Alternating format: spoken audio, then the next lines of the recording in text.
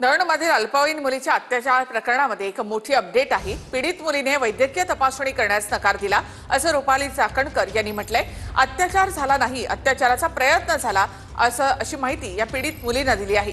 महिला आयोगाच्या अध्यक्ष रुपाली चाकणकर यांनी ही माहिती दिली आहे। यामध्ये संबंधित मुलीची मेडिकल तपासणी करण्यासाठी तिने स्वतः नकार दिलेला आहे। तिने सांगितलं माझ्यावरती अत्याचार करण्याचा प्रयत्न केला गेला, पण अत्याचार झाला नसल्यामुळे माझी मेडिकल तपासणी करू नये। त्याचबरोबर तिने सांगितले त्या पद्धतीने आरोपींचे स्केच तयार करण्यात आलेले आहेत आणि पोलिसांनी 50 पोलिसांची टीम ही या तपासासाठी तैनात केलेली आहे।